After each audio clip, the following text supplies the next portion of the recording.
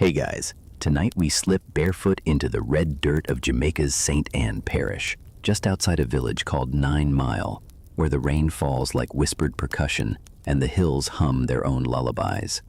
The wind up here tastes of crushed thyme and wood smoke. A mango drops somewhere nearby, thudding like a soft drum beat. In the shade of a banana tree, a boy crouches, no shoes, no shirt, just skin browned by the sun and eyes already full of song. You're beside him now, brushing ants off your leg as you watch him pat soil around a freshly planted banana sprout. His name is Robert Nesta Marley, but for now, he's just Bob, and he's more interested in this patch of dirt than any school book. He believes things grow when you talk to them, whisper to them, sing to them. And with that, you're pulled into the kind of magic that makes roots and rhythms grow side by side. You wouldn't last a week in 9 Mile as a barefoot 6-year-old, trust me. The rocks here don't care about your toes, and the goats, oh, the goats will eat anything. But little Bob, he makes it look easy. He dodges thorns, scales tree trunks, and finds magic in cow dung and storm runoff. His garden isn't much, some banana, yam, maybe a sprig of mint, but to him, it's a kingdom. His mother, Sedella, watches him with one eye while hanging laundry. She's tough, like peppered callaloo, and already knows her son isn't built for smallness. Bob's father, a white Jamaican man named Norval, is more ghost than parent, flitting in and out of their lives like a shadow no one ever quite trusts. That leaves Bob and his mom to fend for themselves, patching together scraps of food and hope. Still, there's something about planting that makes the boy quiet, reflective. You sit next to him as he presses seeds into the soil, humming something under his breath, half nursery rhyme, half sermon. He says the land listens better than people do. You believe him. Sometimes, the rain is generous. Other times, it's cruel. Bob learns quickly that even the most promising sprout can shrivel overnight. And yet, he plants again, and again. Maybe that's where the music began, not in a studio, but right here, in the patient rhythm of digging, watering, waiting. There's an old Rasta man in the village who says Bob has a lion heart, the kind of child who doesn't just hear music, he grows it. He tells Bob that real power comes from knowing how to coax something out of nothing. Plant your soul deep, the man says, handing Bob a tiny coffee bean, and let Jah water it. The boy doesn't fully understand yet, but he tucks the bean in his pocket like treasure. And just like that, another root takes hold, not in the dirt, but in him. Bob's garden isn't just food, it's proof. Proof that you can control something. That even if your father's gone and your shoes are worn thin, you can still make something grow. Biographers still wonder whether it was this patch of soil that made Bob believe in destiny. Not fate exactly, but that if you put enough love and sweat into something, it'll eventually feed you back. Maybe not right away, maybe not in the way you expect, but it will. One quirky truth, Bob used to talk to his banana trees, not in whispers, but full conversations. If a leaf drooped, he'd ask what was wrong. If a stalk snapped, he'd mourn it like a pet. Locals thought it was strange, sure, but they also noticed his plants flourished. At night, you both lie under the stars, which shine big and unruly here. Bob points out constellations you've never seen before, ones that aren't in your books. That one, he says, is the lion. It doesn't look like a lion to you, more like a squiggly fish, but he sees it, and that's what matters. There's music in the trees, in the crickets, in the wind through sugarcane. Bob starts humming in time with it. You hum too, just to see if you can catch the rhythm. You can't. Not yet, but he grins anyway. One day, a storm comes in hard. Thunder rolls like judgment. The wind tears a banana tree clean out of the ground. Bob stands in the doorway furious. Not scared, furious. His garden meant something. It still does. So he grabs a hoe, a scrap of tarp, and marches into the storm like he's Moses about to part the Red Sea. He stakes the banana tree back into the mud, covers its roots, and whispers something you don't catch. When the rain finally stops, the tree is still standing. That was the first time you saw what kind of man Bob would become. One who doesn't back down, one who rebuilds, and one who knows the storm is just another kind of rhythm. You lie back in the damp grass beside him. There's mud on your elbows and mosquito bites on your ankles. But you're smiling. You don't know why yet, but you feel it. This garden is more than food. It's more than childhood. It's a seed planted deep in the earth, and even deeper in the boy who will one day become its voice. And the garden? It listens. It always listens. The sugarcane whistles when the wind gets caught in its long, slender blades. You can hear it now, a soft, breathy tune that runs along the dusty roads just outside St. Anne. Bob's a little older, leaner, wirier. He's got that look kids get when they've started figuring out the world's not always fair, but he still believes he can outsmart it. You're walking beside him, barefoot again, because shoes are still for Sundays and lucky days. Today is neither. He's dragging a little wooden cart full of freshly cut cane, sweet fibrous stalks taller than him. You pass fields that stretch like green ocean swells, pockets of sunlight kissing the grass, and you wonder how long he's been out here. The answer? All morning. He sells sugarcane at the roadside, 2 pennies apiece. The tourists like it, even if they chew it wrong. But it's not just about money. Bob's watching, studying, listening to what makes people stop, what makes them laugh, what makes them trust. It's early marketing genius, just with a machete and a cart. Between customers, he breaks off a piece for you. It's messy, sticky, and way too fibrous to be elegant. Still, it tastes like something ancient, like sunlight in labor and mischief. Don't chew it like that, he laughs. You gotta tease it. He grins like he's just taught you a secret handshake. Bob's slingshot hangs from his belt, one of those Y-shaped branches wound tight with a rubber band from a discarded bicycle inner tube. He's quick with it. Too quick. You've seen him hit a mango mid-fall. He doesn't hunt birds or lizards, though. Just tin cans, fence posts, and the occasional unlucky bottle cap. Accuracy, he says, is about calm, and calm is something he's learning to fake. There's tension back home. Sedella's working 2 jobs now, and the father Bob barely knew has faded into the background completely. Norval Marley dies when Bob is just 10. No ceremony, no inheritance, just an empty space where something paternal was supposed to be. Biographers still debate whether that absence lit the fire in Bob's chest. Some say it gave him something to chase, approval, legitimacy, a name worth something. Others argue it made him fearless. With nothing to fall back on, you've got nothing to lose. And Bob? He's already betting on himself. At school, he's quiet, but not shy. Teachers say he's bright, though distracted is the word that gets passed around the most. He stares out windows, taps his fingers on his desk like he's keeping time with a rhythm only he can hear. One teacher catches him drawing drum kits in the margins of his notebook. The kid next to him says Bob hums when he works. He does chores at home, some of them, not all of them. He can be stubborn and slippery. If he's not selling cane, he's gone to the river. You follow him there one afternoon, through tangled paths and vines thick with red dust. He strips down, cannonballs in, and comes up laughing like the water belongs to him. Later, as you sit on a rock drying off, he shows you a scar on his arm. Sugarcane blade, he says casually, like it's a badge. Didn't even cry. Then he eyes your legs and adds, "You probably would've." You kick a pebble at him. He laughs so hard he nearly slips back into the water.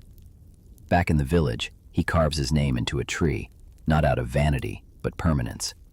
Bob knows how easily things get erased. Family, money, even childhood. So he carves deep.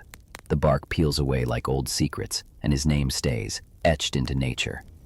One lesser-known fact? Bob once fashioned a tiny drum out of a hollowed gourd, goat skin, and twine. It barely held a beat, but he played it every day until the skin wore through. Said it helped him sleep. That rhythm, that pulse, it was medicine. Even then. You pass a coconut vendor on the way home. Bob barters with the man, offering sugarcane in exchange. The vendor laughs and tosses him one for free. This boy, he says, gonna trade his way to the moon. Bob shrugs. Nah, just to Kingston. And that's where his head is now. Not the stars, not yet, but the capital, the city, where things happen, where music isn't just humming to trees, it's on the radio, in dance halls, bursting from open windows. Kingston might as well be New York to a boy from 9 Mile. He says he's going there soon, and you believe him. because there's no uncertainty in his voice, no maybe, just hunger. You've seen it in his eyes when he sells the last stalk of cane, when he hits a leaf dead on from 30 feet, when he hears a stray melody in the buzz of a faraway motorbike and starts singing along like it's a duet. Sugarcane, slingshots, rhythm, and rebellion, all of it grows here. Not in neat rows, but in tangled, stubborn lines, like him. That evening, you both sit on a porch that groans under its own weight. The sun dips behind the hills, spilling gold over the trees. Bob's chewing the last piece of cane like it owes him answers. One day, he says softly, I'll sing for all of this. The fields, the dust, even the goats. You nod, and maybe, just maybe, this whole island will hum back. You feel the heat before you see the city. Kingston isn't the kind of place that welcomes you softly. It presses on your chest like a heavy bass line, then throws in a few car horns for good measure. The sun bounces off zinc roofs and glass bottles, painting the air with sweat and static. You trail close behind Bob now, who's 12 and scowling at a pile of broken shoes by the roadside. This isn't 9 Mile. There's no garden here, not really. Just dirt yards and narrow alleys, chickens that belong to no one, and fences patched together with rusted dreams. Bob and his mother move into Trenchtown, a place people joke about like it's hell's porch. But you see the pride in how folks sweep their tiny front steps, the way curtains still hang, even if the windows are gone. Bob sees it too, not just the grime, but the fight to shine through it. Their room is part of a government yard, a low-income housing block with a communal courtyard. If you stand on a cinder block and stretch your neck just right, you can see the sea. Not enough to touch it, but enough to remember it's out there. That's something. Bob doesn't stop planting just because the soil's stingy. He finds an old tin basin, punches holes in the bottom, and fills it with scraps, coffee grounds, eggshells, crumbled newspaper. Makeshift compost. You watch him shove in a cabbage seedling like he's daring it to survive. And you know what? It does. He talks less now. Not in a moody way, just efficient. His eyes dart. He listens to everything. The patter of domino games, the hiss of frying fish, the way grown men lower their voices before trouble. He's studying rhythm, not just in music, but in people. When they speed up, when they break. Trenchtown is where Bob meets Bunny Livingston, just another skinny kid with a sly smile and a good voice. One day you catch them harmonizing under a breadfruit tree, their voices twisting around each other like vines. The first song isn't perfect, but it has that thing, that hunger. You feel it like a heartbeat between your ribs. They form a group with Peter Tosh, call themselves the Wailers, 'cause that's what they do. Wail for change, wail for food, wail for attention in a world that keeps its ears closed. The irony? Bob's garden gets smaller just as his world starts growing. The cabbage in the tin basin wilts from heat one day. Bob barely notices. He's already writing lyrics on scrap paper with a pencil nub. The words come fast, always about struggle, always about love. He never writes anything that doesn't mean something. Still, he keeps a few plants alive. Scrawny tomato vines along the wall, a bit of mint in a broken bucket. Not for food, for grounding. When he's lost in song or frustration, he'll crush the mint leaves between his fingers and breathe in like it's the only clean air left in Kingston.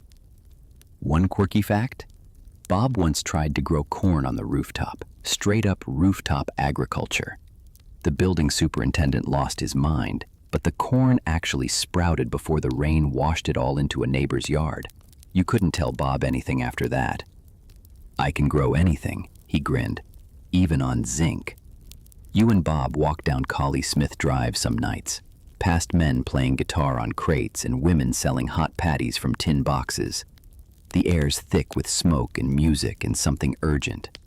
Bob listens to every song like he's dissecting it. Too slow, he'll say about one. Too soft, about another. Then he'll hum something better. He's working jobs now, welder's assistant, factory floor runner. Comes home smelling like oil and burnt metal. But the second his shirt hits the floor, he's got his guitar out. Fingers blistered, voice raspy, still playing. There's a debate among Marley biographers. Did Trenchtown give Bob Marley his political edge, or would he have found that voice anywhere? Some say the city forged him, hammered the softness out. Others argue it just gave him a louder stage. But when you see him play at the yard's edge for a crowd of barefoot kids, singing about simmer down and judge not. You know the truth isn't either or, it's both.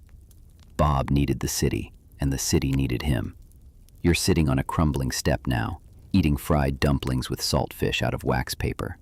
Bob's crouched beside you, scribbling lyrics on the back of a bill notice. Someone inside is yelling about money. Outside, two dogs fight over a chicken bone. Bob doesn't flinch. He just taps his pencil in time with a distant beat. Everything here wants to rise, he mutters, not looking up. Even the fire. He's not wrong. This place burns. It scorches you into something raw. But it also teaches you to bloom anyway, to grow through concrete, to find the cracks. And maybe that's why, later that night, he waters the mint plant even though it's nearly dead. You ask why he bothers. Because it's still trying, he says. You don't stop trying until your roots give up. You both sit there, in the warm, humming dark. Somewhere in the yard, a radio crackles to life. Somebody's playing ska. Somebody's laughing too loud. A baby starts crying. And beneath it all, you hear Bob humming again. Just soft enough for the mint leaves to hear. You smell it before you see it. The unmistakable, musky sweetness of ganja curling out from an open window. The kind that makes the whole block feel slower, softer, like even the sunlight's vibing out. Bob's a teenager now, though he carries himself like he's been 30 since birth. His dreads haven't grown yet, but his thoughts? They're already coiled tight with philosophy, with defiance, with scripture wrapped in melody. You're sitting on an overturned paint bucket in the corner of a room packed with instruments and incense. Peter's tuning a guitar. Bunny's rolling a spliff with monk-like precision. Bob's barefoot, cross-legged on the floor, holding a Bible in one hand and a tiny potted plant in the other. Ganja, yes, but to him, it's more than that. It's sacrament. He strokes the leaf gently, like a prayer. You think it's just smoke at first, a teenage experiment. But Bob doesn't treat ganja like an escape. He treats it like a teacher. Every pull is a meditation. Every exhale, a hymn. The herb, he explains, is the healing of the nation. You don't argue. You can't really. His eyes have that faraway clarity that only belongs to prophets or poets or both. The Wailers are starting to gather steam, playing small shows, recording demos on borrowed tape. They still sleep on floors, still pool coins for fried fish and ride 3 deep on a borrowed scooter. But Bob? He's got a glow. Like he's already seen where this is headed, and it doesn't scare him.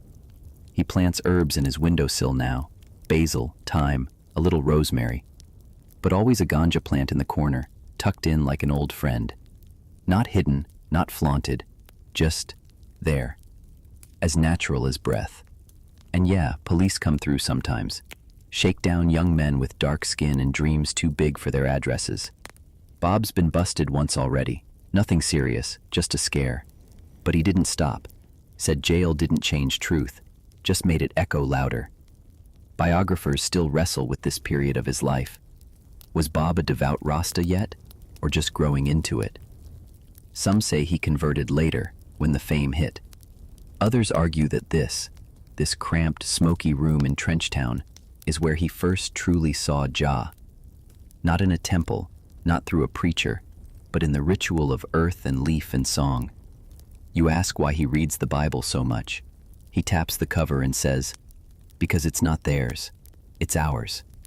He means the colonizers, the gatekeepers, the men who rewrote power in their own image. Bob believes the scripture is still holy, but the interpretation, that's where the revolution lives. And revolution, it turns out, tastes a lot like mint tea and homegrown ganja. One strange but true detail. Bob once sang lullabies to his plants, said the vibrations helped them grow taller, greener. Sometimes he'd pick up his guitar and just strum softly to the leaves. You laugh the first time. You follow him through a Kingston alley one hot afternoon, sidestepping trash piles and scrawny dogs. He stops at a yard where a Rasta elder named Mortimo Plano lives. Mortimo is tall, slow-moving, with a beard like rain-drenched moss and eyes that look like they've seen centuries. This man changes Bob's life. He doesn't preach. He reasons. talks of Marcus Garvey and Haile Selassie and Babylon systems designed to keep black minds tangled. He tells Bob that true freedom starts in the soul and moves outward like roots. You sit on the porch and listen for hours. Bob doesn't speak much, just absorbs. That night, he lights a spliff like it's a candle, says nothing. But the next morning, he plants a new ganja cutting in a clean pot, names it Zion. And just like that, you feel something shift. He starts locking his hair, starts using the phrase I and I instead of me and you, starts calling the government Babylon and the future Zion. His music reflects it too, more spiritual, more defiant. He sings not just about heartbreak or hardship, but about awakening. His lyrics become sermons. And the bass lines? They vibrate like a pulsing heartbeat, like something holy stirring below the waistline. You sit with him one late evening, on the roof again. Yes, the same one he tried to plant corn on. The stars are sharp and brilliant above you. Bob's smoking slowly, playing a riff that doesn't have a song yet. I think everything started in the garden, he says. Not just Eden. Here. Now. You ask what he means. He shrugs. They try build walls, tell you what to believe. But the earth, she still speak truth. Ganja, music, word, all of it growing together, if you listen. A light breeze rolls over you. Somewhere in the yard below, someone's arguing over dominoes. A dog howls. Bob taps a beat against his knee and hums a line about freedom. It's not recorded yet, but it will be. Later, as you fall asleep on a makeshift cushion, the smell of herbs still thick in the air, you hear him whisper something to Zion, the plant. Grow tall, we need you. And for once, you believe that a single leaf, coaxed by sunlight and song, really could change the world. The air smells like ackee today, faintly buttery, almost cheesy, a little nutty. You've never smelled anything quite like it before. There's a tree behind Bob's house now, right in the backyard of a modest spot near Bull Bay. Not the kind of place with fences or flower beds, just packed earth, a hammock strung between two trees, and the shadow of music always nearby. The ackee tree bends low with fruit, its pods split open like sleepy mouths. You watch Bob gently crack one open, pulling out the yellow brain-shaped bits inside. He tosses the black seeds aside. They're poisonous if you cook them wrong. And Bob, now in his early 20s, is a man who knows how to handle delicate things, including his family. He's got more than just plants to care for now. Rita's here. Rita Marley, his wife. Strong jaw, calm voice, eyes that see everything and miss nothing. She and Bob, they fight, they laugh, they harmonize. Sometimes all three in 1 hour. But there's love there, tangled, tough, and unshakable. You sit with them on the porch, their baby Ziggy gurgling nearby in a woven basket, a half-stripped sugarcane stalk serving as a makeshift rattle. The yard is alive. Chickens scratching, Rita chopping vegetables, Bob strumming something half-finished and full of feeling. Between band rehearsals and studio sessions, he plants things. Callaloo in a tire, pepper in a coffee can. He says it calms him, anchors him. Rita says it's because he can't stand still. Bob's touring more now, which means he's away. A lot. And every time he comes back, the garden's different. Bigger, mostly, thanks to Rita. She's the one who keeps it alive when Bob's off in Kingston or Miami or London, chasing deals, chasing justice, chasing something no one's named yet. But he always comes back to the ackee tree. One night, you're peeling fruit with him. He looks tired, like the kind of tired that sleep won't fix. You know, he says, family is like tree. Sometime branch bend, but roots stay strong. Then he smiles and adds, I just hope I'm not the one snapping the limb. It's said gently, but you feel the weight. There's a quirky little tradition he has. Every time he comes back from a trip, he brings home a packet of seeds. Sometimes it's basil, sometimes it's rare mint. Once it was something labeled only as African miracle fruit. Most of them don't take. Wrong climate. But Bob doesn't mind. He plants them anyway, just to try. He treats parenting the same way. Trying. Not perfect, but present when he can be. He sits Ziggy on his lap while he strums, teaches him about roots and rhythm before the kid can even pronounce either. When more children come, they're folded into the same rhythm: music, motion, mint tea, and morning prayers. The house never really quiets. It pulses. Still, biographers debate this chapter fiercely. Was Bob too consumed by music to be the father his children needed? Or was music the very thing he was building for them? A legacy more lasting than presence? You hear both sides. You see it too. The guilt when he misses birthdays. The fire when he sings about lifting up the poor. The way he kisses his babies on the forehead, even when he's running out the door. You walk with him one morning through the market, a straw bag slung over his shoulder, Ziggy balanced on his hip. He buys thyme, scallions, a slab of saltfish. Then, just like that, he disappears behind a fruit stall. You find him crouched beside a Rasta selling yams and idle stew out of a dented pot. They're talking about Ethiopia, about the return of the African kings, about children and soil. The Rasta pulls a bundle of lemongrass from his cart and offers it to Bob. "For your little ones," he says. "Keep them grounded." Bob accepts it like it's sacred. Back home, he plants the lemongrass beside the ackee tree. Ziggy toddles up, drops his juice cup in the dirt, and helps pat down the soil with his tiny fists. "That's the thing," Bob says, looking down. "You don't raise children, you grow them. Like garden. Every day water, every day sun, and sometimes storm." One lesser-known fact? Bob once insisted the Whalers rehearse in the backyard specifically because of the plants. Said the natural air made the harmonies stronger, more alive. Bunny rolled his eyes. Peter argued about reverb, but Bob wouldn't budge. "Ja hear better when leaf dem dance," he'd say. You'd laugh, but you know what? He was right. Something about the sound between those trees felt fuller, earthier. In the middle of all this, family, faith, food, there's a quiet grief starting to grow. Bob's trying to keep his band together, but tensions are flaring. Bunny and Peter are tired of being sidelined, tired of compromise.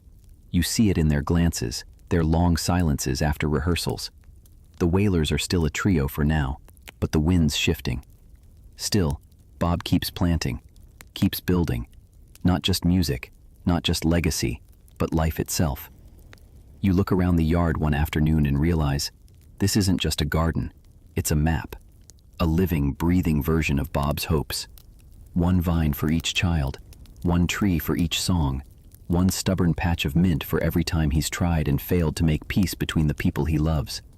And when he waters the lemongrass in the evening, he hums that same lullaby you heard way back in section 1, the one that sounds like rain hitting banana leaves. You sit beside him, under the ackee tree.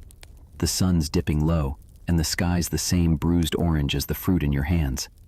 Bob closes his eyes and breathes deep. "You see," he says, "even war cool down when tree dem whisper." And for a moment, you believe peace might really be that simple. You wipe mango juice from your chin and shake your head because this mango is ridiculous. So sweet it makes your teeth ache. Bob hands you another one anyway, laughing.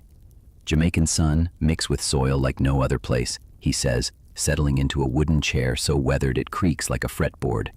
"That's why mango tastes like that, like music in fruit form."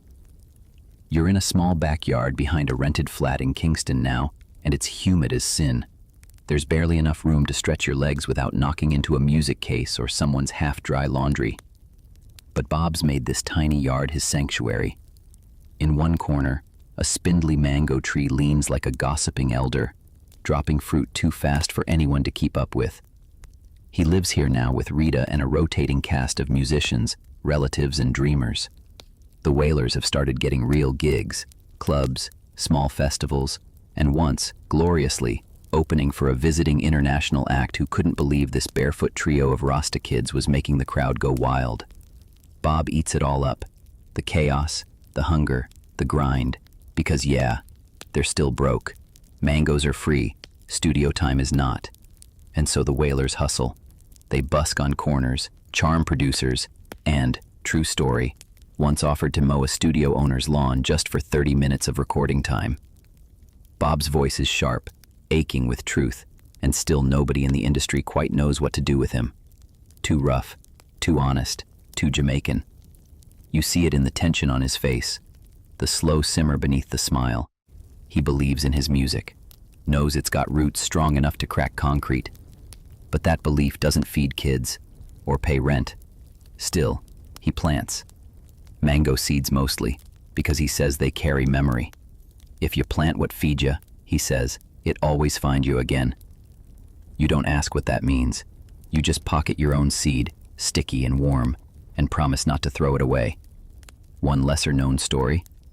Bob once tried to smuggle a mango sapling onto a flight to London, swaddled it in a towel, tucked into a guitar case.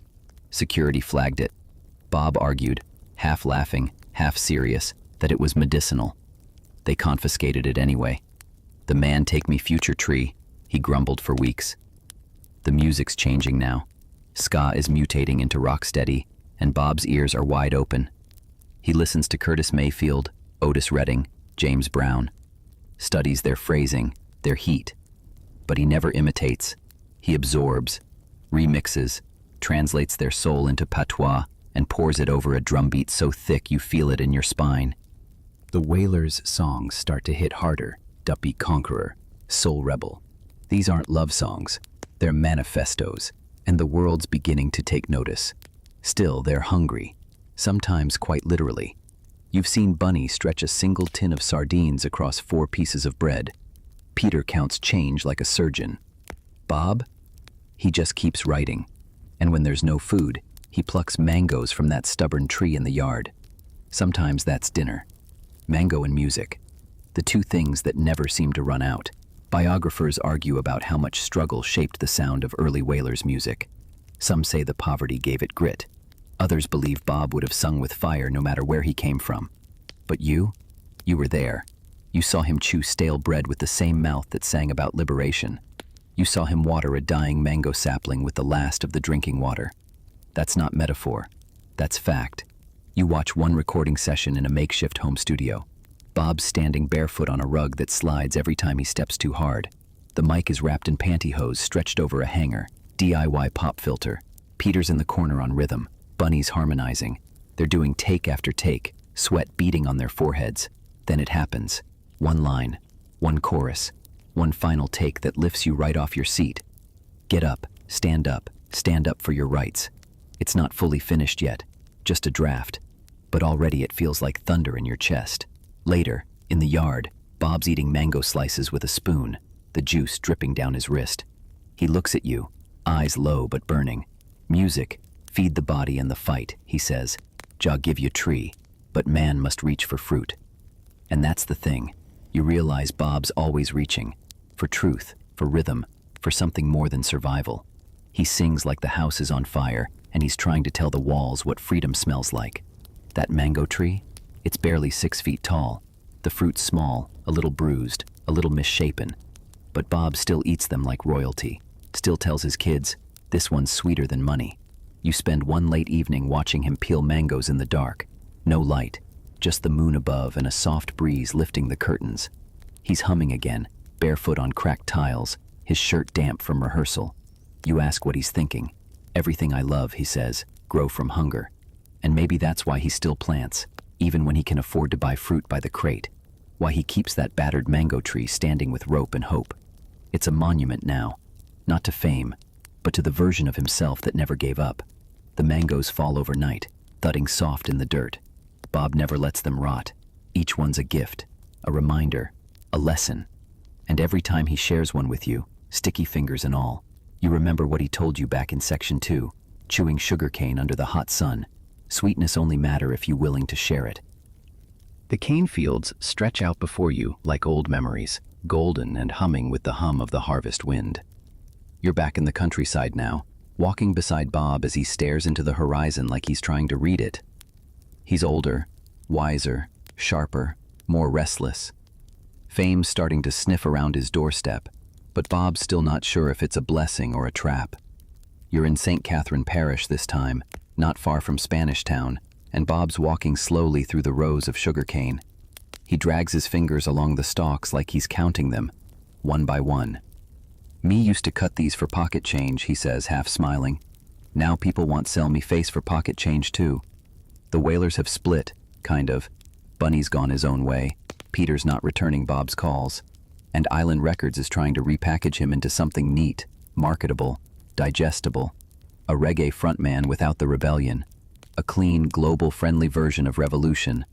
Bob's not buying it. You sit with him under a guango tree, the kind that rattles its seeds in the wind like it's clapping along to a song only it remembers. He opens a briefcase. Yes, a briefcase. And inside are contracts. Piles of them. Some from England, some from America. Offers. Deals. Smiling men with tight suits and looser promises. Bob looks at them the way a farmer might look at a worm-ridden yam. Me can't sell roots, he mutters. Not for dollar. Not for anything. He pulls out a small vial of soil from the bottom of the case. Yes, really, and shows it to you. Me bring this from 9 Mile. Everywhere me go. In me luggage. You're speechless. Not because of the dirt, but because it somehow makes more sense than any of the paperwork spread out in front of him. Still, the grind continues. Bob signs a deal with Island Records eventually, not because he trusts them, but because he knows how to read between lines. Me tech the deal, he says, but me not tech the leash. They give him an advance. He uses it not to buy a car, but to upgrade his home studio and replant a small sugarcane patch in the backyard. One lesser-known truth. Bob hired a farmer full-time to help manage that backyard patch. Not for food, not even for aesthetics, just to keep him grounded, to remind him what the world tastes like when it's pulled straight from the earth.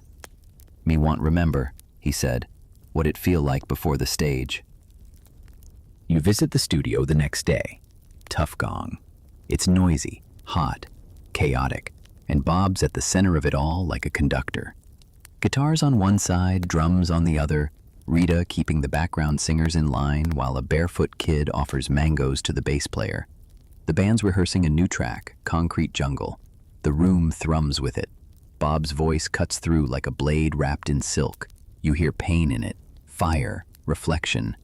This here Concrete Jungle, he says to you after the take, sweat glistening on his shoulders. It na grow nothing unless you force it to. He's thinking about more than Kingston. He's thinking about Babylon, his name for the system. The machinery of capitalism, colonialism, control. The machine that wants him to be safe, silent, sellable. Biographers still debate this period fiercely. Was Bob compromising his message by signing to a big label? Was he diluting the movement for mass appeal? Or was he planting seeds inside Babylon itself, using their soil to grow something they couldn't predict? You don't have the answer, but you do see how carefully he chooses his words during interviews, how he holds back just enough to stay on the air, how he lights up when the cameras turn off and he starts reasoning in riddles again. One evening, you join him in the back of the house. The sugarcane glows golden in the dusk light, tall and swaying like it's dancing to his heartbeat. He breaks off a stalk and hands it to you. Cut from the bottom, he says, handing you a machete. That's where the sweet hide. You're awkward with it, clumsy. He laughs and takes over, slicing clean. Same with people, he says. You gotta go deep to find what's sweet. You both sit under the porch light, chewing cane, spitting fiber into a bucket. The night buzzes with crickets and low conversation. Bob's barefoot, always barefoot, like he's trying to stay in touch with the earth at all times. He's thinking a lot now, about Africa, about black unity, about where his music fits in a world that only wants to dance to it, not hear it. He talks about Marcus Garvey, about Ethiopia, about a world where children grow up free and barefoot by choice, not by circumstance. Then, almost as an afterthought, he says, me gonna build a real farm, not just garden, a place where youths can learn soil like scripture. You believe him, because Bob's never just planting food. He's planting ideas. Cane for the body, roots for the mind, leaves for the ones who come next. And even now, as the contracts pile up, as the crowds grow, as the stage lights burn hotter, he still waters the patch of cane behind the house, still pulls weeds himself, still talks to the soil in whispers no one else hears.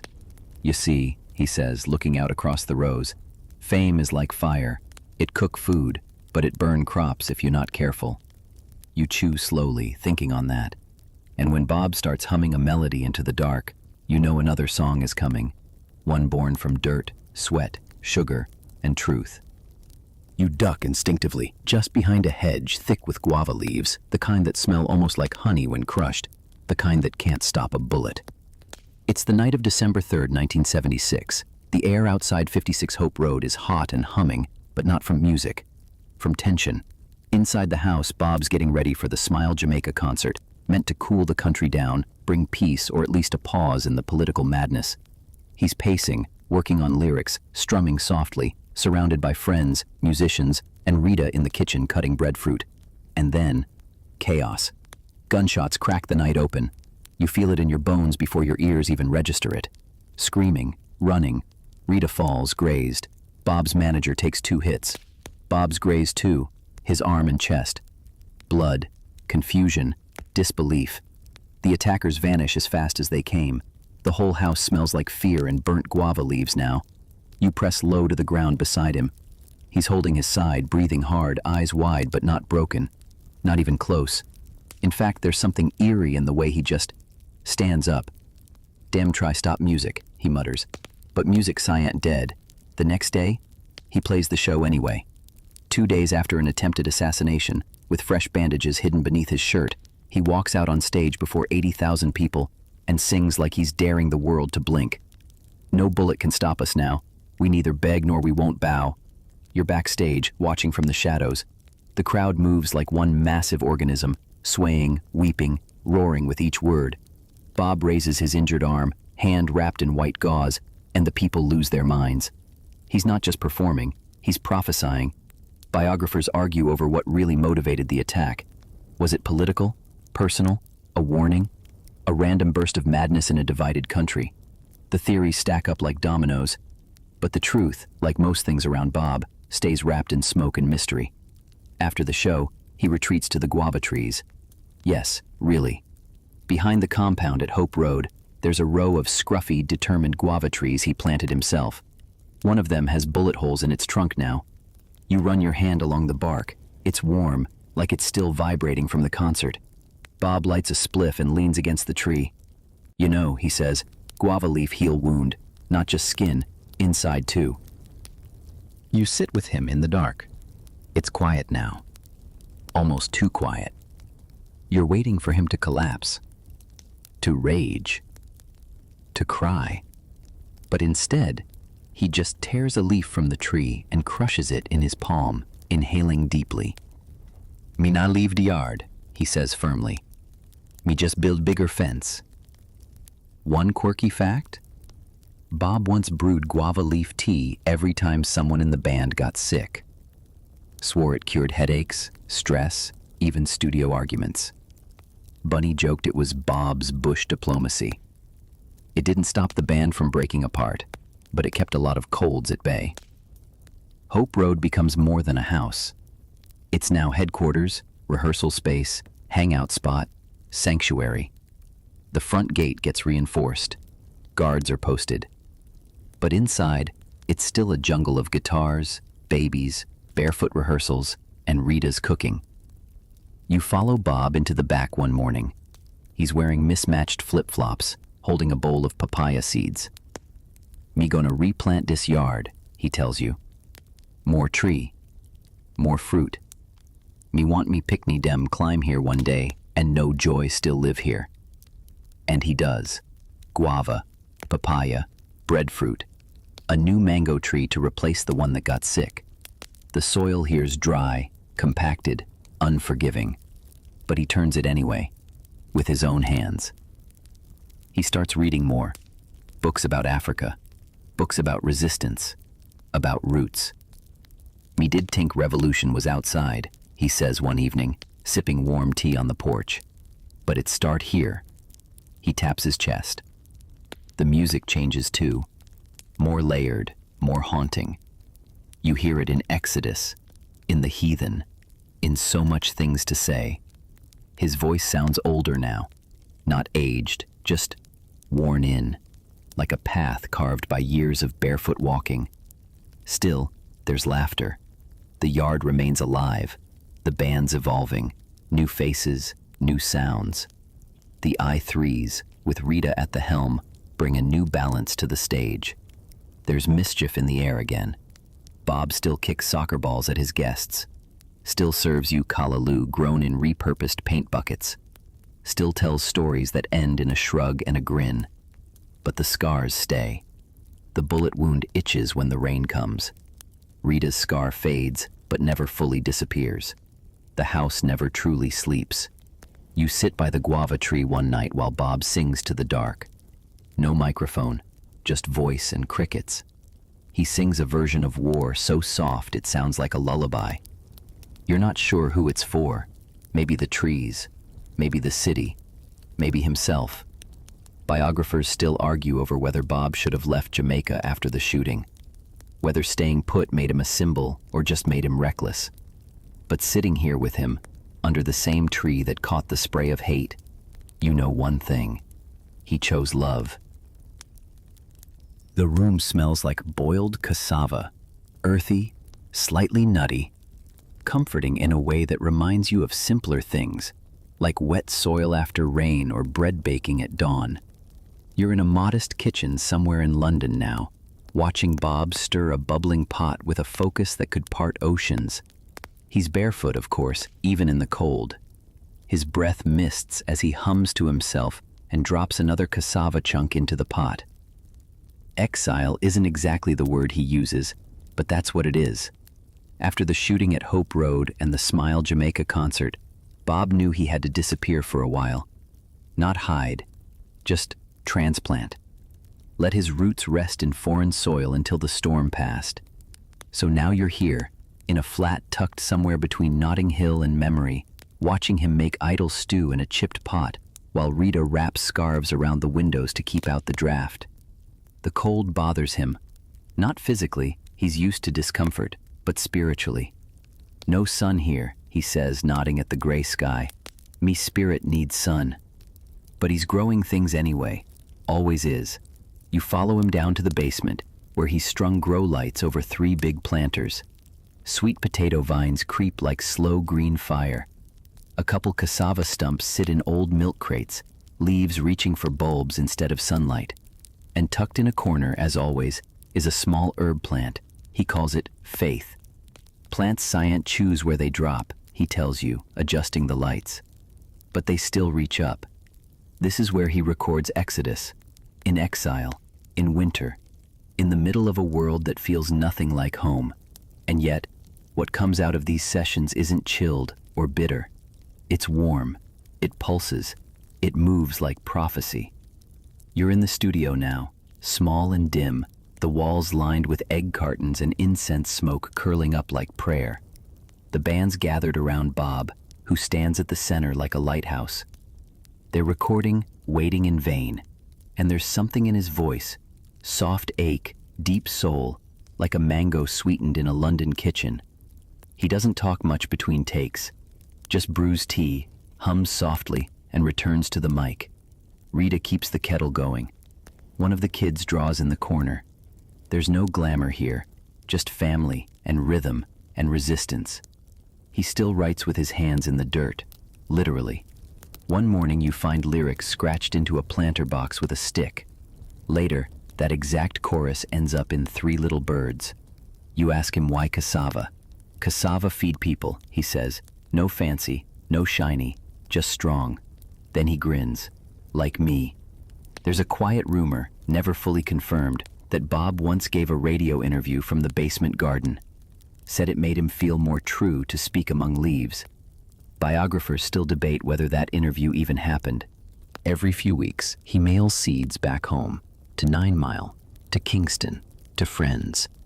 Envelopes full of coriander, mustard greens, even a rare African bean he found in a market near Brixton. Plant dem, he writes in each note. Let dem remember I. Exodus drops in June 1977, and it hits the world like thunder on a clear day.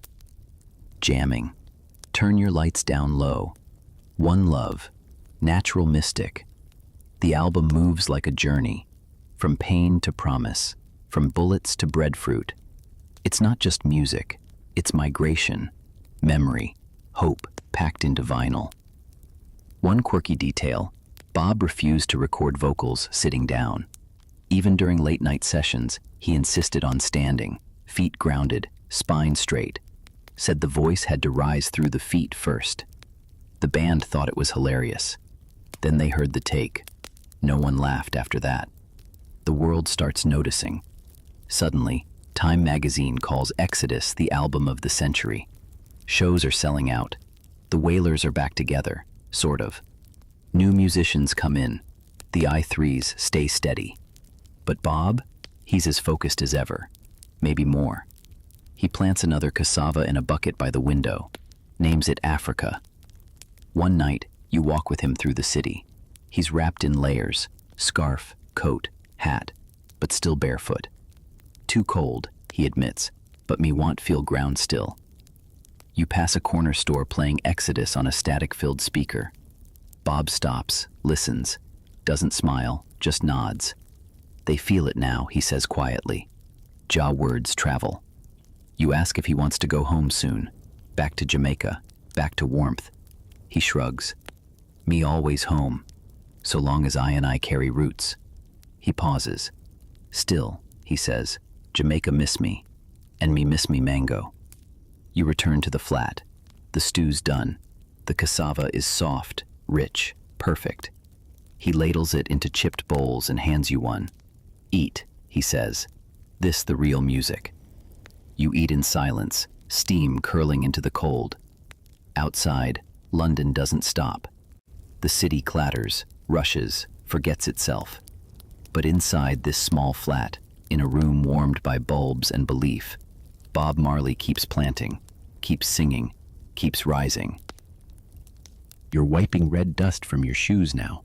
It clings like memory, like a promise made long before you ever set foot on this soil. You're in Zimbabwe, Harare to be exact. But it isn't Harare yet. It's still Salisbury, still under white rule, still crackling with the tension of change. And Bob?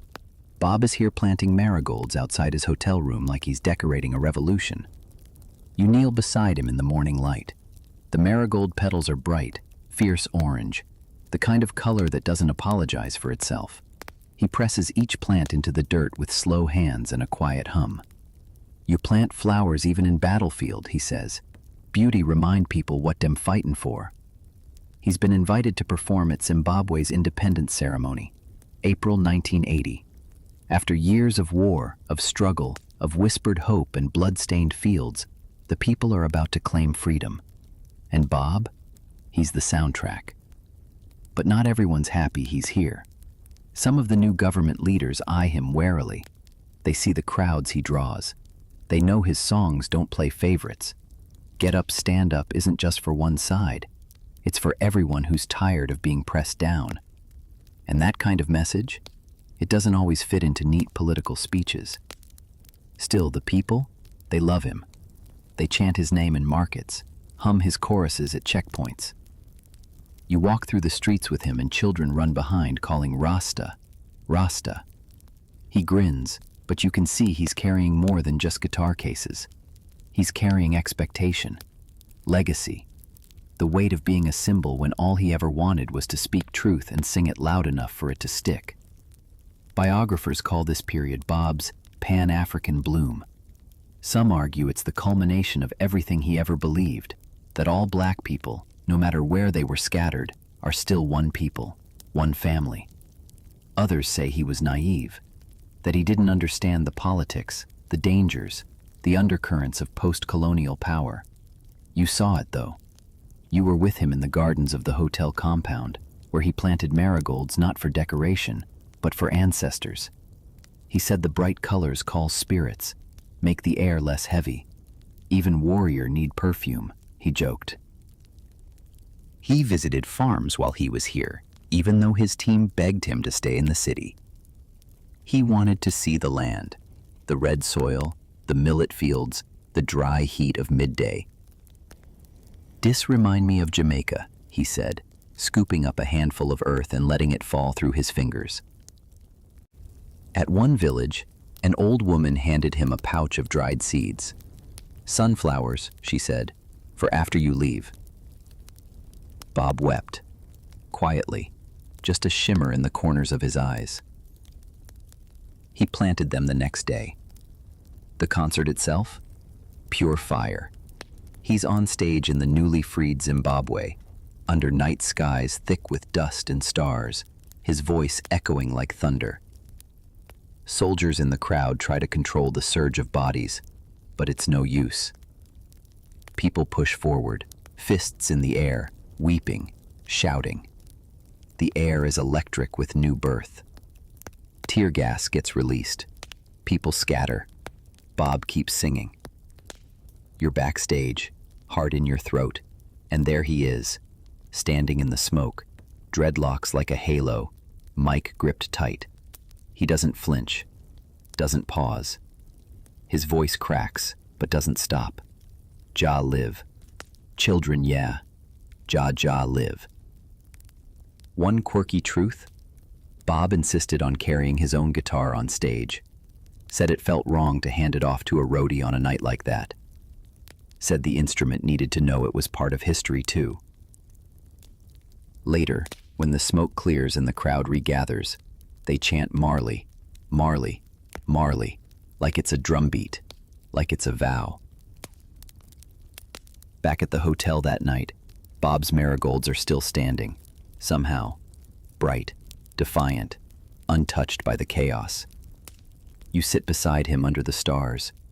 He's tired, leaning back on his elbows, barefoot in the dust. Me thought it would feel different, he says softly. Me thought freedom would taste sweet.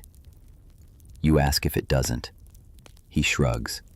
Tastes like cassava, real, rooted, but you still need fire to cook it. He leaves Zimbabwe the next day, quietly. No fanfare, just a few hugs, a kiss on the forehead of the woman who gave him seeds, and a final whisper to the marigolds, grow tall.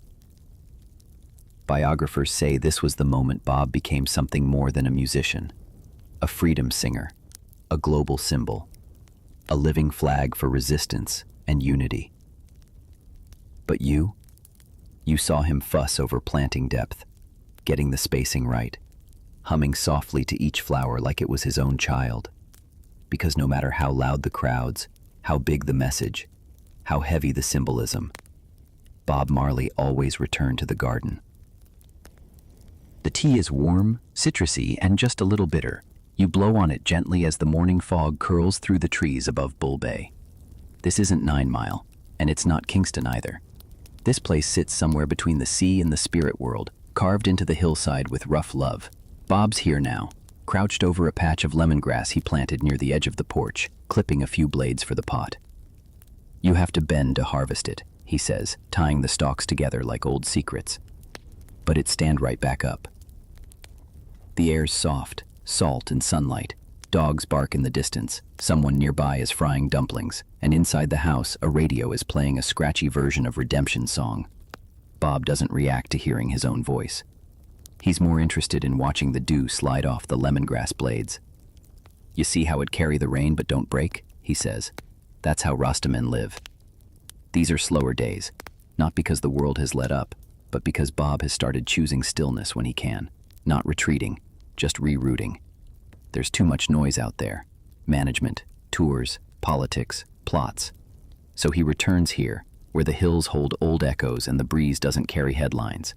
And the lemongrass? It's no accident. He drinks the tea every morning, calls it grounding, says it sharpens his head and softens his chest. He even writes with it steeping nearby. When you ask if it actually helps, he shrugs. Maybe. But even if it don't, it remind me to be soft before my speak. You've never seen him more serious, or more quiet. He walks barefoot through the garden now like he's tending something invisible. There's lemongrass, mint, a few cassava still hanging on, and an aloe plant that he says is tougher than Babylon. He's also seeing more Rasta elders these days, old lions with long beards and deeper truths. They sit with him for hours, sipping tea and speaking in metaphors thick as syrup. One tree scient mech forest, one says, but root connect everything. Bob listens. He doesn't argue, doesn't nod too fast either. He just sips, breathes, and lets the lessons settle in. Biographers often debate this chapter of Bob's life. Some say he was pulling back from the spotlight. Others insist he was stepping into his truest self, away from the image, deeper into the spirit. But you were there. You saw the way he lit candles during sunrise, the way he read psalms out loud to the lemongrass, the way he knelt, yes, knelt, to clip dead leaves. That wasn't withdrawal, that was devotion. And still, he writes, songs like Coming In From the Cold, Forever Loving Jah, Zion Train, these aren't stadium anthems, they're spirituals, quiet revolutions, not meant to shake the earth, but to settle it. One lesser-known ritual? Bob would bury small notes beneath his lemongrass, lyrics, prayers, sometimes just single words. Truth, lion, forgive. Said the earth was better at holding secrets than people. You help him one morning, fold a tiny scrap that says peace, and tuck it gently beneath a root. He covers it, pats the soil, and says, now it's safe. He's talking more about Haile Selassie now too, the Lion of Judah, Emperor of Ethiopia, Messiah to Rastafari. Bob calls him the guide, not a god, never that, but a mirror. A reminder that royalty can look like you, that blackness holds divinity, that history left too many stories untold. Me no need crown, Bob says, sipping his tea. Me need purpose. Still, he keeps a lion statue near the garden, stone, chipped, always watching. We all lion, he says, but lion nah roar every day. Sometime him just watch, rest, wait for right moment. You understand now what the lemongrass represents. It's not flashy, it doesn't bear fruit, it won't stop a bullet or fund a tour, but it heals, quietly, repeatedly, and it returns, again and again, no matter how many storms try to bend it. That's Bob now. One afternoon you walk with him to the beach. The path winds through bush and over stone. He's carrying a thermos of tea and a small gardening knife, just in case, he says, though you're not sure what the case would be. He sits on a driftwood log and watches the horizon, like he's waiting for an answer. The waves roll in, soft and constant, and after a while, he leans back, closes his eyes and says, me ready now. For what, you ask? He doesn't open his eyes. To carry the whole thing, he says, and somehow, you know he will. The apple trees don't smell like anything, really. Not like guava or mango or lemongrass. They're tidy, restrained, rows of modest, upright trunks wearing bland, round fruit. You walk beneath them with Bob, the leaves crunching underfoot like paper, and you can tell he doesn't like them much. You're in Delaware now. Yeah, Delaware. Milford, to be exact. A quiet American town where his mother, Cedella, has settled. The air's crisp, the lawns are trimmed, and the sidewalks look like they've never once held a protest. Bob's here for a break, that's what everyone says. A pause, a breather. But he's restless. He's in jeans and a thick sweater, sleeves rolled up as he tries to rake leaves in his mother's backyard. He gives up halfway through and flops into a pile with a sigh. Me can't live somewhere with no goat, he mutters. Whole place too neat. It's true. Everything here feels just a little too quiet, too polished. Even the apples, picked fresh from the backyard, are bland. Sweet enough, but with none of the wild burst he's used to. Bob takes one bite and tosses it over his shoulder. Tastes like chalk trying to be sugar, he says. You laugh, but he's not joking. He helps his mother in her garden anyway. Tomatoes, string beans, basil, all in neat little rows. She wears an apron and hums hymns while she prunes. Bob doesn't tease her, just follows behind, barefoot in the grass, fingering the leaves like he's trying to coax them into misbehaving. One day, she hands him a packet of marigold seeds. Plant something, she says. It'll calm your mind. He does, sort of. He digs a crooked trench along the back fence, drops the seeds in unevenly, and pats the soil down with the back of his heel. Me never was one for straight lines, he says. Still, he waters them every morning, quietly, without fanfare. This is the closest Bob ever comes to anonymity. He walks the sleepy Delaware streets and no one flocks to him. No chants, no flashing cameras. Just nods from old folks on porches and curious glances from kids on bikes. He buys a soccer ball from a local shop and kicks it around with neighborhood boys. They have no idea who he is, just that he's fast and always grinning. One quirky fact? Bob used to challenge teenagers at the local YMCA to pickup games. sometimes barefoot, always serious. Once, he pulled a muscle and still played through the pain just so he wouldn't lose. Music man, yes, he'd say, but still lion.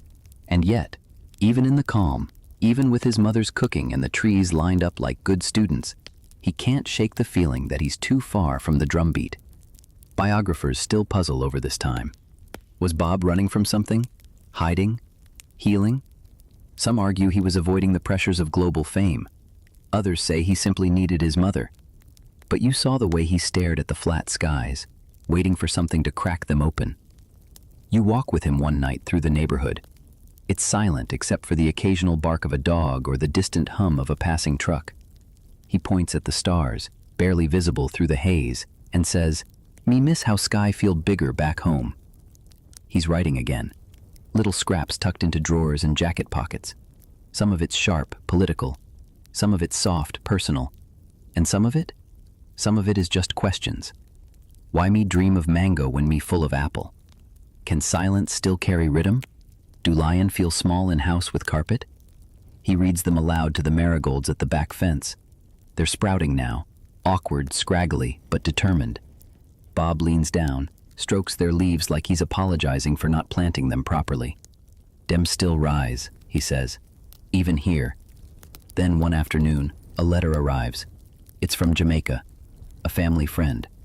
News has reached home about his time in Delaware, about the garden, the games, the quiet. The letter ends with, "But the fire still need you, Bob." He folds the paper neatly, slips it into his back pocket, and doesn't speak for a while. Just watches the apple trees sway in the breeze. That night, he tells you, rest done. He packs slowly, guitar first, then the tea leaves, then a small vial of Delaware dirt, because even here, the roots mattered. His mother hugs him tight, tears in her eyes. "You sure you're ready?" she asks. Bob smiles. "Me never stop being ready." You walk him to the edge of the property. He bends down, touches the marigolds one last time, and whispers, "Me soon come." Then he stands up, shoulders back, eyes sharp, and walks toward the next stage. And the apples?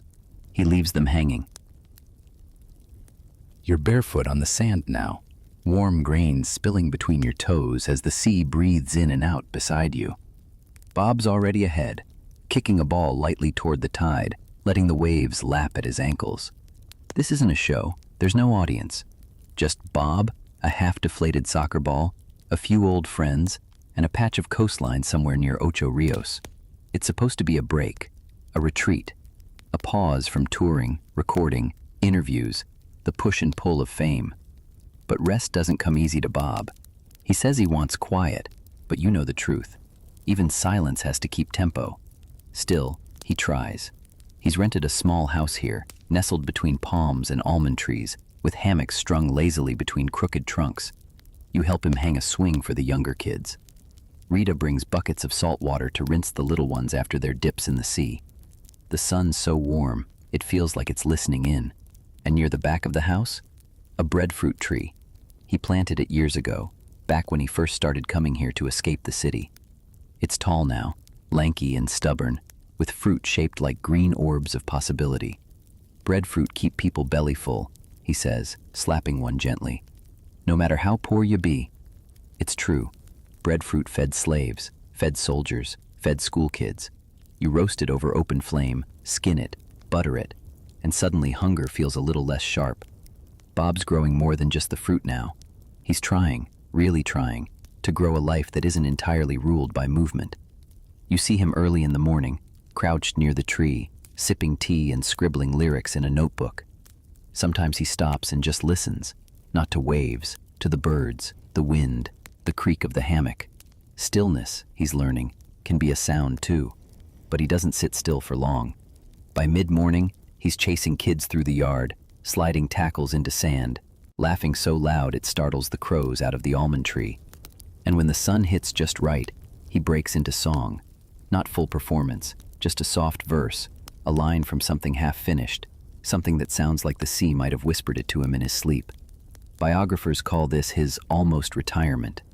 Some say he finally considered settling down, building a school, growing food, living off the land. Others argue it was just a fantasy. a postcard version of a life Bob was never built to live. But you see it. You live it. The way he tenderly tends the herbs growing along the fence, basil, mint, a surprise patch of thyme. The way he carefully arranges coconut shells along the walkway, not for beauty, but to stop people from tripping at night. He even paints one wall of the house, bright yellow, with a lion drawn in black charcoal. "Me son draw the face," he tells you proudly, pointing at a lopsided eye. And every evening, he lights a small fire near the breadfruit tree and roasts just enough for whoever's around. One night, it's just you, him, Rita, and a sleepy child curled up in a beach towel. You pass the breadfruit around, crispy on the outside, soft and steaming in the middle. Bob eats slowly, reverently. "This the real show," he says. "People pay me fi sing, but me heart beat for dis." There's a quirky little ritual he's developed. Before roasting breadfruit, he places a single leaf on the flame, just one. Says it's so the tree know it still matter. And the tree? It stands tall, watching over the house like an old friend who never forgot your first secret. But the peace doesn't last forever. Phone calls come, tour requests, studio demands, political pleas. Everyone wants Bob, his voice, his presence, his power. And though he groans at first, you can see it, that twitch in his hands, that pulse in his foot. He misses the movement, the mission. One morning he stands at the shoreline, hands on hips, staring at the breadfruit tree like he's trying to memorize it. "Me scient rest yet," he says. You ask why. He shrugs. "World still sick, me music not done healing it." That afternoon he packs a small bag, just a few clothes, his notebook, a fresh bundle of thyme, and a breadfruit. "Fee luck," he says, tucking it gently into his knapsack. Biographers often skim this chapter, too quiet, too simple. But you know better. This was where he tried to stop, to breathe, to build a garden he could stay in. And maybe, just maybe, if things had gone differently, this would have been his forever place. But Bob Marley was never meant to sit still for long. Before he leaves, he pats the tree. "Grow tall," he says, "me soon come." And with that, he steps back into the rhythm of the world, one foot in the sand, one heart still planted in the soil.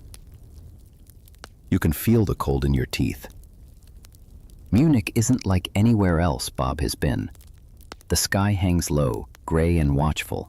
The trees here don't sing. They stand stiff, obedient, foreign. And yet, just outside the doors of the clinic, there's a small garden, trimmed, sterile, carefully planned.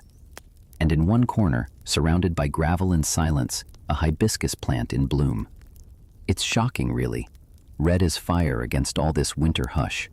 You find Bob staring at it one morning, wrapped in a wool blanket, slippers on his feet.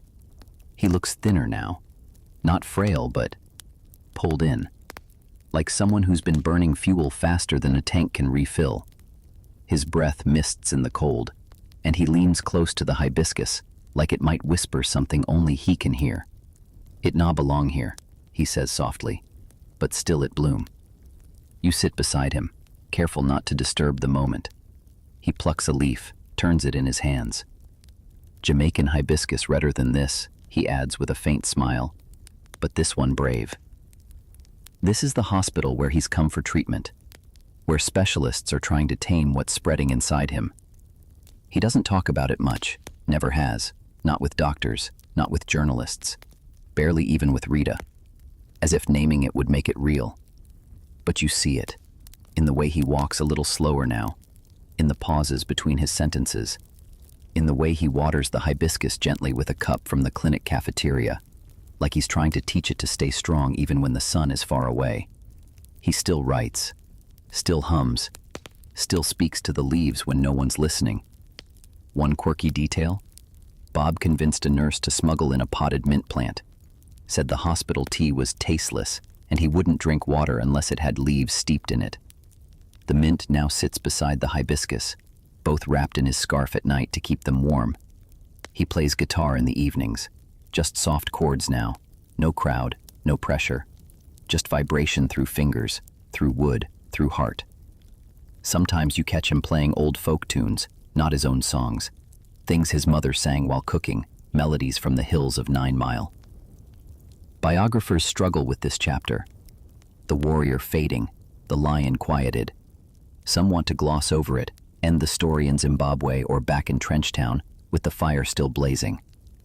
But Bob? He didn't run from endings. He faced them like he faced everything else, with grace, with grit, with roots. He talks a lot about home now. My dream of mango, he tells you one night. My hear rain on zinc roof, and my foot start tapping even in my sleep. The hospital tries to keep things upbeat, but Bob doesn't care for forced cheer. He prefers honesty, realness. So he makes his own schedule. Tea at dawn, guitar by mid-morning, a walk through the garden, even if it's just a shuffle, even if it's snowing, and always, always the hibiscus. He once asked a nurse to bring it inside during a frost. She said no, rules, so Bob stood outside with it for 40 minutes, wrapped in 3 coats, humming, just to keep it company. Me know what cold can do, he explained later, but love warmer than winter. Sometimes he jokes, calls the hibiscus Princess Munich, says he'll bring her back to Jamaica and plant her beside the mango tree. Let her taste real sun, he grins. The band sends messages, friends call, the world waits, but Bob keeps the circle small now. He writes letters more than lyrics, tells people to love harder, work wiser, plant more. Plant for ya children, he writes to one fan. Plant for ya peace. One night, you both sit in the garden, the moon slicing through the cold clouds above. He hands you a folded paper, a poem. If you see me in bloom, know it's not the end. I leave leaf, I leave fruit, I leave you the wind. You fold it and keep it in your pocket. He doesn't say much after that, just strokes the hibiscus petals and sips his mint tea. Me can't fear death, he murmurs. Jah don't call leaf, him call tree. And the hibiscus? It keeps blooming, even through frost, even when the sky forgets how to be kind. Because somehow, Bob planted strength in everything he touched, even here, even now, even in the middle of winter. You're back where it started now, back in 9 Mile. The road winds like memory, curling past hills thick with bush and nostalgia. It's quieter than you remember, or maybe you've just changed. The birds sing the same. The breeze still smells like yam and charcoal, but the silence feels deeper, almost reverent, like the land knows who it's holding now. You pass the old banana grove. The tree Bob planted as a boy is gone, but in its place, something new has grown. A circle of young trees, banana, mango, ackee, breadfruit, all surrounded by small stones with names carved into them. Some names you recognize: Rita, Ziggy, Bunny, Mortimo Plano. Others are just initials or symbols, but at the center is a plaque. This is the Garden of the Voice. You step quietly. The soil here is soft, red-brown, still alive with the footsteps of children, still humming with song. Bob is buried here, laid to rest in a white-tiled mausoleum, simple and bright, tucked into the hills he once ran barefoot across. Inside the tomb is his guitar, his Bible, his herb, a stalk of lemongrass wrapped in ribbon. People come from all over to pay respects, to pray, to cry, to listen.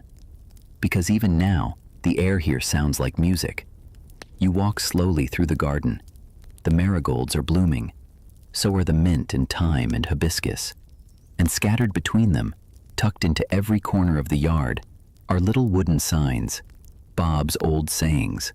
Plant love, feed soul, roots never lie. Children play in the distance. Their laughter is high-pitched and wild, and you imagine Bob would have grinned wide hearing it. He always said children knew the truth better than grown-ups, that they danced more honestly. You find a stone bench beneath a mango tree and sit down. The shade dapples your legs. The wind is cool. The same tree Bob used to nap under during writing breaks is still standing, older now, but full of fruit. And the garden? It's more than a garden. It's a map, a memory, a melody that keeps playing, even after the song has ended. People ask what Bob Marley left behind. Some say the music, the records, the concerts. Others say the revolution, the lion, the fight. But you, having walked this path beside him, know the truth. He left soil. He left seeds.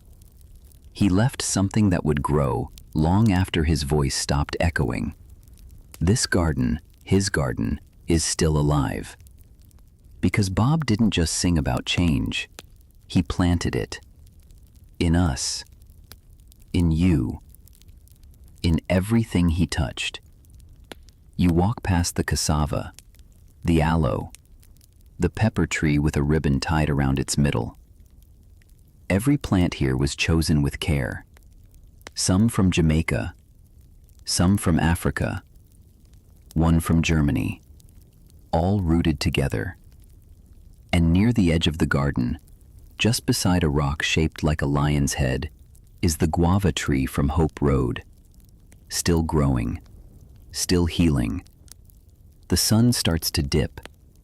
The hills fade into that golden hush that makes the world feel wrapped in lullaby.